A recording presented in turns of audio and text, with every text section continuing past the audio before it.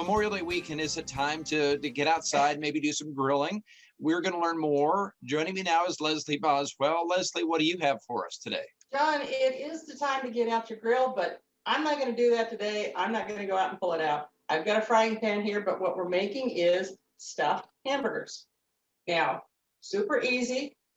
I've got my trusty scoop that I think I've never used for anything but meatballs. I mixed up 1.5 pounds of hamburger, which is just right for 4 burgers. So if you're feeding a crowd, you're going to need more.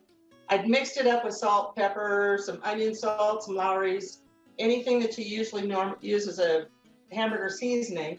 I scoop them out into little balls, and that's just kind of a measuring way for me so that they all come out about the same size.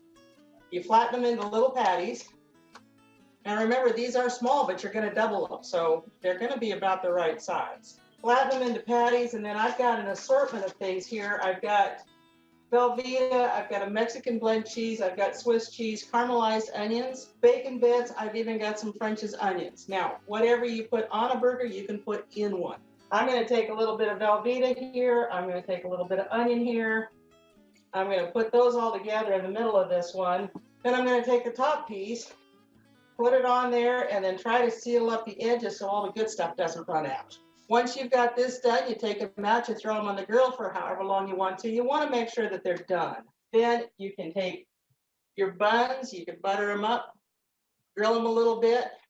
Then you end up with a burger that looks like this. You can put the toppings on it if you want, or you can just eat it plain since it's already got the stuff inside it. So you've got Swiss cheese inside your burger. You can put stuff on top. I would probably put some of the onion sticks on top with a little bit of barbecue sauce.